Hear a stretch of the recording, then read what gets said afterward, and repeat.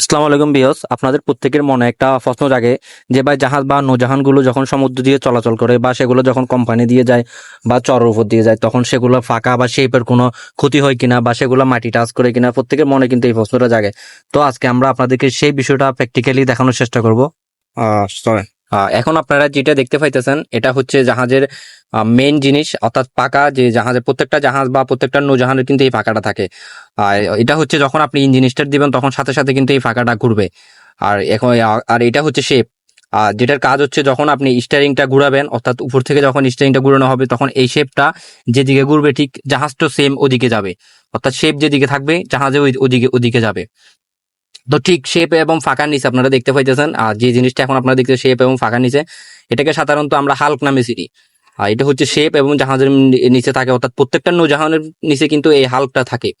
আর এই হাল্কটা হচ্ছে জাহাজকে ব্যালেন্স রাখে, অর্থাৎ হচ্ছে শেপ এবং ফাঁকাকে মাটি মাটি টাচ করা থেকে এই হাল্কটা কিন্তু রক্ষা করে। অনেক জাহাজে কিন্তু কখনো মাটি টাচ করে না বা মাটি টাচ করার কখনো সুযোগ নেই, কিন্তু অনেক ক্ষেত্রে যখন জাহাজ কোম্পানি দিয়ে যায় বা সরে উঠে যায় তখন কিন্তু অনেক ক্ষেত্রে দেখা যায় এই হাল্কটা কিন্তু মাটি টাচ করে।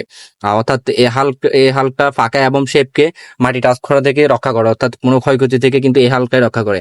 আবার হচ্ছে যখন আপনার পিছন দিকে বেশি ডাফট হয়ে যায় তখন কিন্তু অনেক ক্ষেত্রে দেখা যায় শেপটা মাটি টাচ করে বা শেপের ক্ষয়ক্ষতি হয়, ভেঙে যাওয়ার একটা সম্ভাবনা থাকে। আর আর নয়তো অন্য ক্ষেত্রে কিন্তু এরকম এই সম্ভাবনাটা খুবই কম। আবার অনেক ক্ষেত্রে দেখা যায় আমরা একটা চরের উপর দিয়ে যখন জাহাজ যায় এটা অনাকাঙ্ক্ষিত ভাবে, তখন পাহাড়ের মতো উঁচা উঁচা যদি কোনো ঢেউ থাকে, অর্থাৎ পাহাড়ের মতো উঁচা হয়, তখন সেই ক্ষেত্রে কিন্তু জাহাজের ফাঁকা বা শেপের ক্ষতি হওয়ার সম্ভাবনা থাকে।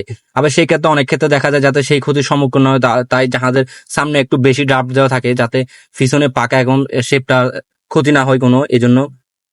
তো আশা করি বুঝতে বুঝতে পারছেন বিষয়টা। প্রত্যেকটা জাহাজের এই হাল্ক অপশনটা থাকবে, এই হাল্কটা থাকে এবং জাহাজের মেইন ফ্যাসারটা কিন্তু এই হাল্কটার উপর দিয়ে যায়। তাই প্রত্যেকটা নৌজাহান গুলোতে এই হাল্ক